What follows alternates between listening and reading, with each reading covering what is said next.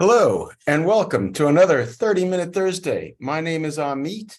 It is 2 p.m. in the beautiful Pacific Northwest, and we are live on Facebook once again, coming to you from the fabulous studios of New American Funding. Hope everyone's doing great. Hope you guys are staying safe. Hope you're staying healthy. Hope you're staying sane. Very important to stay sane in what seems to be an ever increasingly insane world.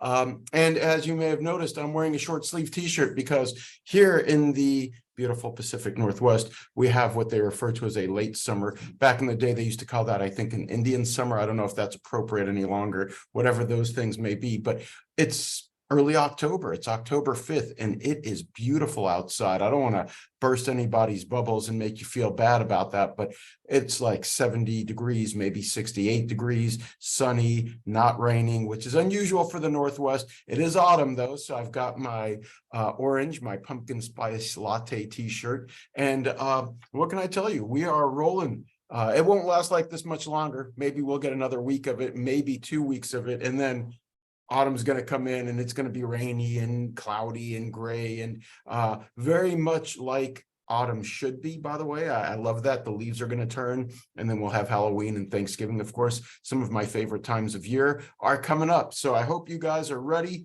for a wonderful autumn and for a wrap up of this, what can I say, this very, very interesting year, 2023. Wow, it's been definitely a time. But in any event, I want to jump in. I want to talk with you guys about the past and the present, and hopefully some insight into the future. There's some really interesting things are going on this week. A couple of days ago, the interest rate for the 10-year Treasury note touched 4.8%. Now, that is really important to as a benchmark. 4.8% is kind of like a new high for that Treasury note over the last recent history. And that's significant. And the 10-year is significant for a variety of reasons. Number one, it is one of the most widely held debt instruments in circulation. So when Uncle Sam, when our government wants to spend money, which it certainly seems to do a lot of, and it's not shy about it, when they want to do that, they kind of write a check. They write an IOU of sorts, and that IOU is paid for by debt, by bonds or notes that the government issues through the Treasury, and that investors pay for with actual dollars, and that or other currency, in some case yen, like the Japanese yen, in other cases yuan, which is the Chinese currency. But that's how money kind of flows and circulates. It's weird. We write IOUs, other countries and investors buy these IOUs, give us the money, or give the other holders of these IOUs the money. And that's kind of how everything works. It's all based on the good faith and credit of the United States government. And that's great as long as we have credit and people have faith in our willingness to make good on our credit. And as we borrow more money, and I've said this before, guys, and I'm going to continue to say it, not because I'm political and not because I like beating the drum or whatnot, but the more debt you have, the more you have to incentivize people to invest in new debt. It's just very, very simple, right? At some point, all that money that's out there in the world has other options of where to go. And while people and institutions and countries and governments enjoy investing in debt that is issued by the United States government, they are not obligated to do that, and they've got other options. And so in order to incentivize them, in order to make it worth their while, at some point, the interest rate on that debt, the return that they're going to get on their investment, that has to go up. And it is going up. And a couple, 3 days ago, this week, in fact, we touched 4.8% on the 10-year Treasury note.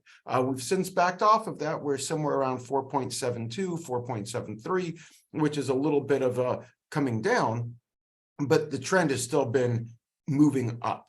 And like I said, the 10-year Treasury is kind of like reflective of the entire debt structure out there in in the capital markets. It represents $6 trillion worth of US debt. So quite a lot of the debt, the IOUs that our government has floated, is out there in the form of 10-year treasury notes.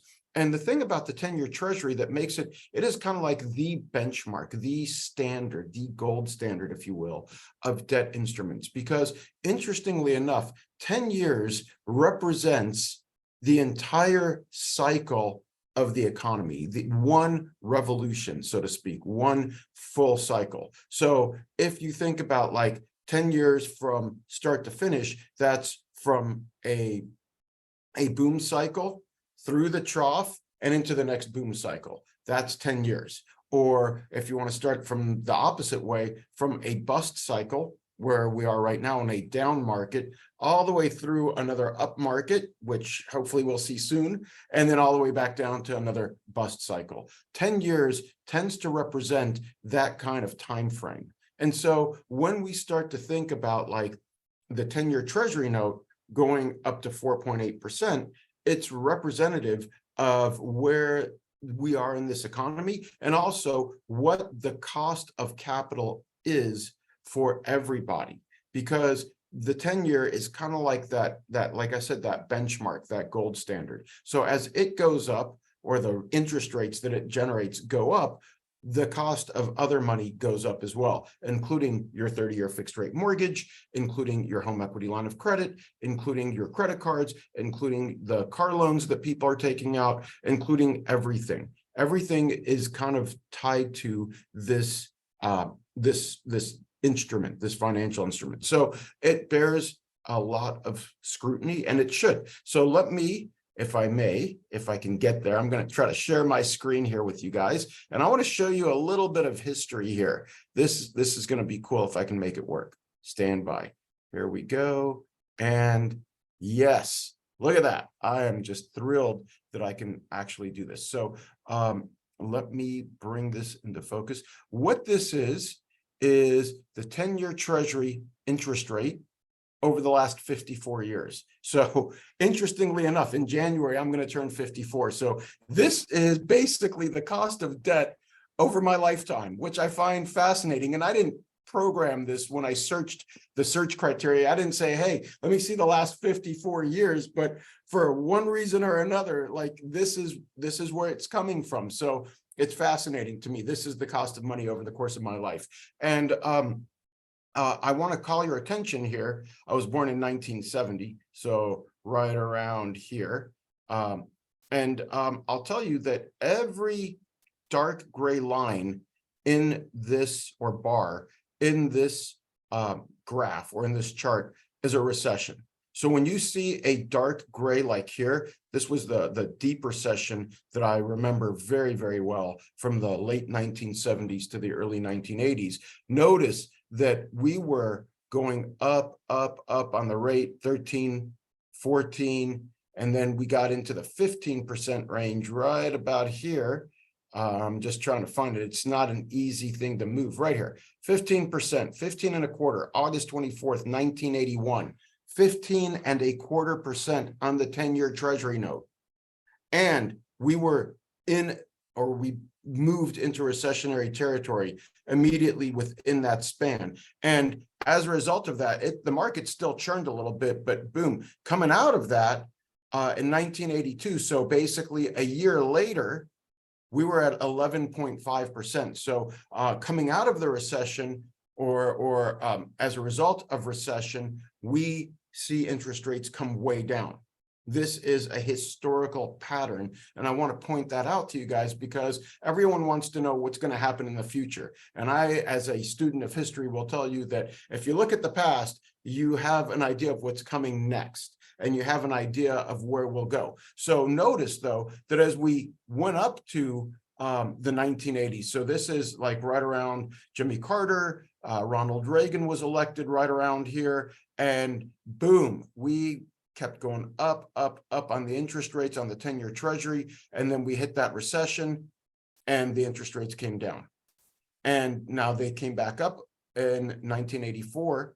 But interestingly enough, there wasn't a recession. Reagan was reelected in 1984. And again, this is not about politics, this is about history. And then we had this huge ride down. I mean, look at that, down to 8%, a little bit less than 8% on the 10-year treasury. And I was telling a young person in my office, a colleague of mine who I believe she's like in her early 20s, which is just amazing to me. She doesn't know the 80s at all. She doesn't know what happened in the 80s, all the great stuff. For those of you guys that missed the 80s, I'm sorry you missed out, but there's some great stuff. And I was showing her this, and I said, this was like the boom.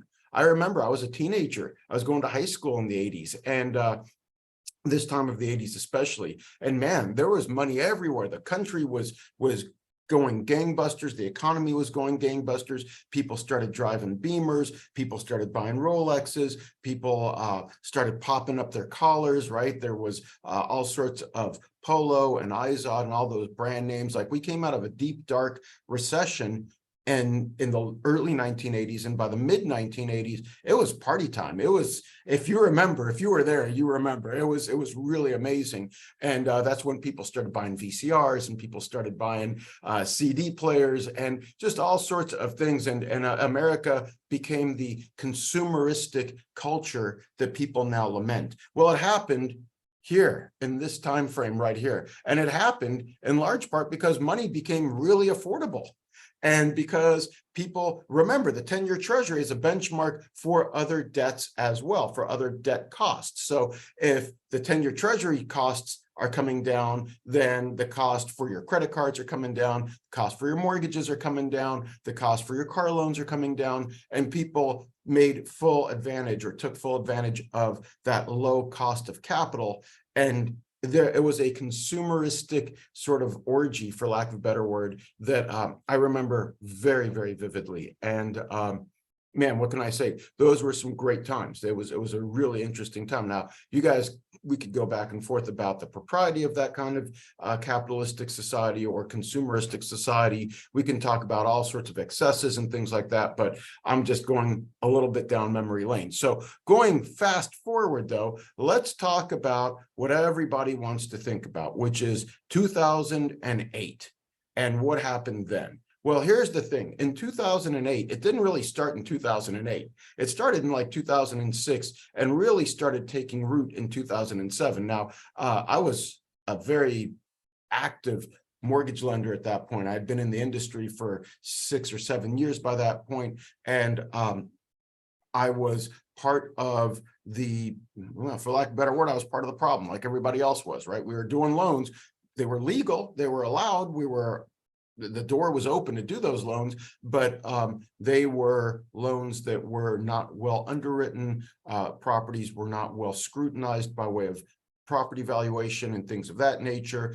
There was a lot of funny business, shall we say, going on in the world. You didn't have to do a lot of due diligence when you did a loan. Anyone who's done a loan recently knows that there's a lot of paperwork that we ask for: tax returns, pay stubs, bank statements. Back then in 06 and 07, you didn't need any of that stuff. As long as clients had 700 credit score or better, you're good. And so a lot of things were kind of fudged, as they say. But if you look, in June of 2007, the 10-year treasury hit 5.12. A little bit later, it's hard for me to get precise while I'm talking, but I think, like, yeah, a month later, July 2nd, 2007, we hit 5.19%. And then guess what? Recession. Boom. The recession started actually before 2008. And look at what happened to the interest rates. They just went down. 10-year treasury in December of 2008 was 2.67, and they just kept going down. Yeah, there's some movement here and there, but 2.67 was kind of like the low water mark in that era. And then we came out of that recession. It wasn't easy, and business took a lot of time to churn, and a lot of people lost a lot of money. They lost their homes, they lost their businesses. I'm not a fan of this boom and bust cycle. These cycles, in my opinion, are caused by and triggered by, in many cases, the Federal Reserve Board, the exact same institution that we're counting on to get us out of this mess. Well, I hope they do get us out of this mess. I will tell you that they also put us into this mess. And so the turnabout is fair play. The least they can do is get us out. But this is part of the cyclicality of our economy, and we can lay blame at a lot of people and a lot of feet. The Federal Reserve is one of, in my opinion, the worst actors out there. They facilitate this sort of thing. But of course, the worst of the actors, and I've said it before and I'll say it again, is our government. And it's all of them. I don't care who your favorite politician is and most detested politician. It's irrelevant. I mean, the system is what the system is. So I'll give you an example. Well, since in June of this year, there was something that our government caused, which was the debt ceiling crisis. The debt ceiling basically is a cap on spending, and the government created, in their very, very professional and restrained and concerned way, they created an upper limit, like this is the most we can borrow. Anything beyond that would be irresponsible. And in June, as we were coming to a budget agreement, there was a crisis because they were going to exceed the limit of the debt ceiling. And it was a lot of political gamesmanship and a lot of back and forth and a lot of finger pointing and blaming and all the rest of that stuff. And it was so bold of them, the Congress and our government in general. What they agreed upon was, let's just take the cap off. We don't want to stop spending money that we don't have, by the way. We're borrowing it in order to spend it. We don't want to do that. Let's just remove the limit. It's like you calling up Visa like you're broke, right? I mean, you're way broke. You're making the minimum monthly payments. You're tapped out. You're maxed out on your credit card. And you call up Visa and you say, what would really be good for me is if you increase my line of credit, my credit limit, and allow me to spend some more money. And that's what the government did. And in fact, they did it in such a way that they don't even have to revisit it until 2025. So, I mean, basically, all restraint has been lifted. And since that time, we have added like $1 trillion of new debt since June. Like, I mean, we're talking months here. We're not talking years. They've just gone overboard with the spending. What I read most recently is that they're spending, hundreds of billions of dollars every couple of weeks beyond what they're already spending. And so this is what leads to higher interest rates, because the Fed and the Treasury and all of these instruments that they create and all of these things that they do to try to finance the government, they're financing the government. And if the government spent less, there would be less to finance. I mean, this just very basic straight line linear logic. If the government is going crazy and they're spending money that we really don't have, and we're just borrowing and borrowing and borrowing, at some point there's going to be a reckoning, and there's going to be the investors that buy this debt are going to say, look, we'll buy more, but it's got to be at a higher rate of interest.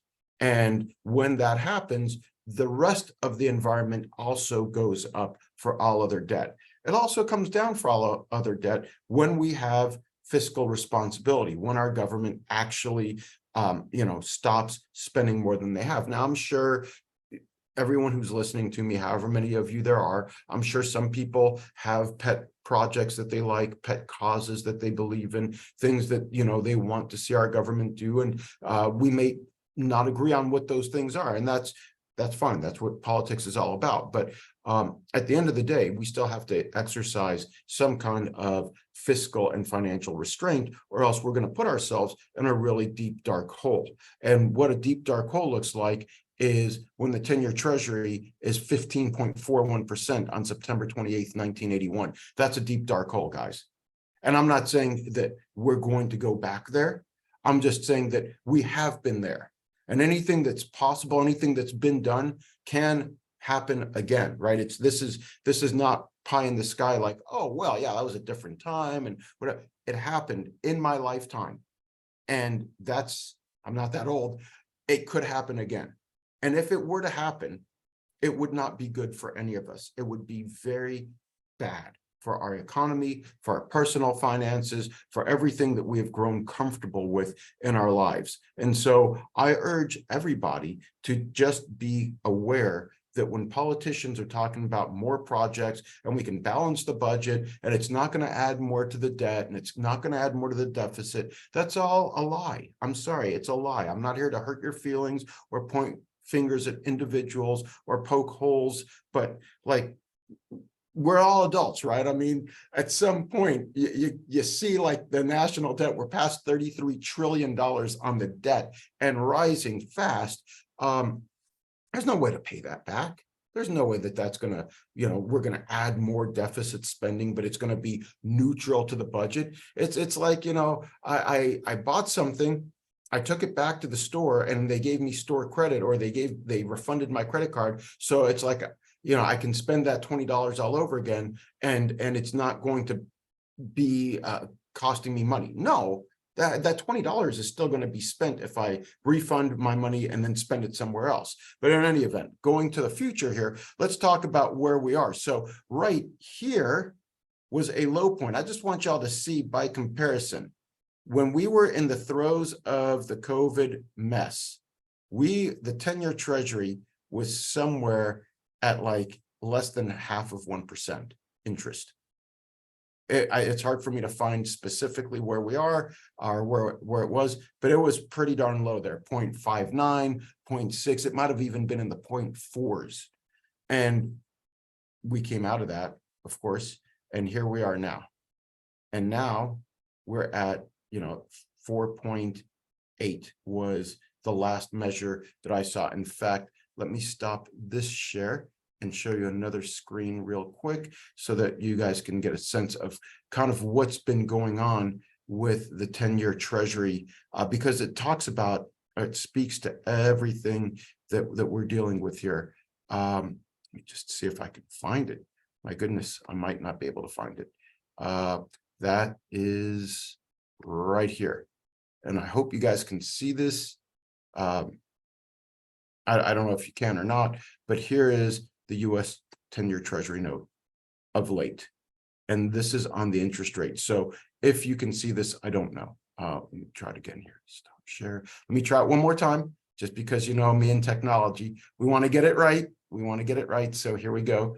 Just show you this screen here. Okay. I believe this is correct. And you guys can see this. Okay. This is the interest rate for the 10-year treasury. The same 10-year treasury. I just showed you a historical chart for my lifetime. This is since this summer. This is since right before, or right after, I should say, the debt crisis or the debt ceiling crisis. And if you notice, this is a really upward sloping graph. And this is where we were on October 3rd, 2 days ago. So we hit 4.8. Will we hit 5? Will we hit above 5? I do not know. But I'm of the opinion that we're going into not uncharted territory, because we've been there before, but I'm of the opinion that we're going in a direction that is not very good for the big picture for this country. And the Fed can do whatever it does, but the Fed does not control long-term interest rates. The investors that we ask to finance our debt control those long-term interest rates. The Fed controls the short-term interest rates, and they have been elevating those since March of 2020 to try to get their arms around the mess that they caused earlier on. But they haven't been very successful. And we see glimmers of hope and hope that they continue to do the right thing or that things continue to work out. But frankly, until our politicians are held to account and are brought into a situation where they're not allowed to spend money that we do not have. I mean, just plain out, this is not allowed. Until that happens, we're going to continue to see cycles like what we've seen in the 80s, like what we saw in the early 2000s, like what we saw in 2008, and what we might see again. Now, the good news is, as I pointed out earlier on that previous chart, the good news is that recession is great for interest rates. If you notice, look, I mean, here's the recession of '08, right? We were in the 5.19, 5.2%. And then at the bottom of the recession, we had 2.67. That's great. I mean, from a standpoint of interest rates, yes. But if you think about all the people that lost their jobs, all the people that lost their savings, all the people that lost their homes, all the people whose credit was destroyed, all of the just negative impact that had on our country and on our society, and the people who are still kind of dealing with some of the trauma that they witnessed. I know a lot of clients, a lot of my younger millennial clients who were in their teens, or, in their early, 10 years old, 11 years old, such stuff like that. When they went through this with their family and they saw what was going on with their families or what was going on with their family's friends, it caused trauma that has yet to be resolved for some of these people. Like some people in the millennial world or generation will never take on debt unless it's mortgage debt, and they're going to do everything they can to pay it off as quickly as possible because they saw what happened to their families or their families' friends as a result of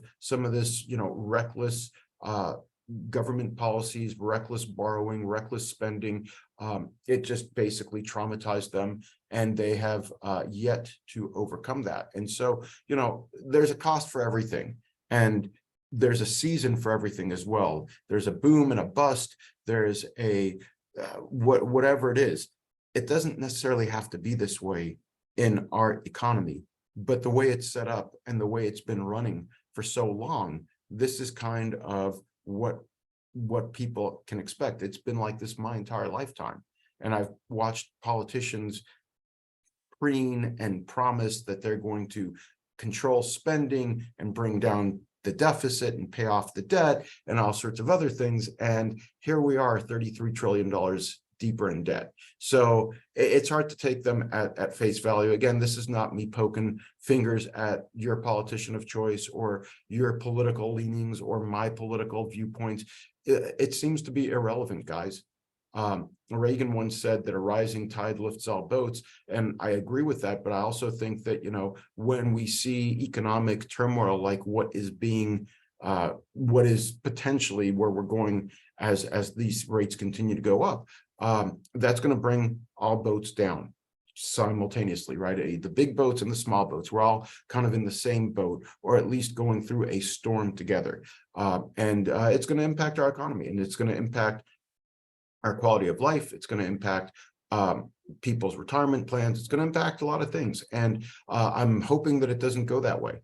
But I don't know what else we can say right now. I mean, until this level of spending, until this, government just writing whatever checks they want, until that is brought under control, we're going to have to deal with paying for it. It's still on us. We pay for it either in the form of higher interest rates, in the form of inflation, or in the form of economic upheaval and disruption. So I know that's not very cheery, and I'm sorry about that. I don't mean to be a wet blanket. In fact, I'm an optimist. I've lived through a lot of those gray bars, apparently my entire life, as you've seen laid out by the interest rates on the 10-year Treasury. And we're still here, and we're doing great, and we're still smiling. We're still eating beef and bourbon. We're still wearing our orange, which is a very happy color, even in autumn. And it's going to be okay. It will be okay. Whatever else happens, it will be okay. But things are going to happen. And I'm just looking at the tea leaves, and I'm looking at the past to tell you what a potential future might look like. And I'm saying this because I've seen the 10-year Treasury go up by about 0.75% in a very short period of time. And when that happens, the velocity of change, what they say, it starts slowly at first, and then it happens suddenly. Well, at some point, some of those changes are going to feel very sudden. And I want to prepare you guys for that so that you're not caught flat-footed. With that said, it's right about 2:30. I know it's not the most cheery stuff, and I'm sorry that I'm the wet blanket, but I hope you guys take all of this with a grain of salt. Don't let anybody steal your joy. That's a line. It's not mine. It's some talk show host that I used to listen to. I love the sentiment. Do not let them steal your joy. Keep doing what you're doing. Keep working hard. Keep believing. Have great confidence. Eat your beef, drink some bourbon if that's on your menu. Come back next week. We'll talk about more stuff in the economy. And until then, stay safe, stay healthy, and stay sane. Thank you so much. Y'all take care.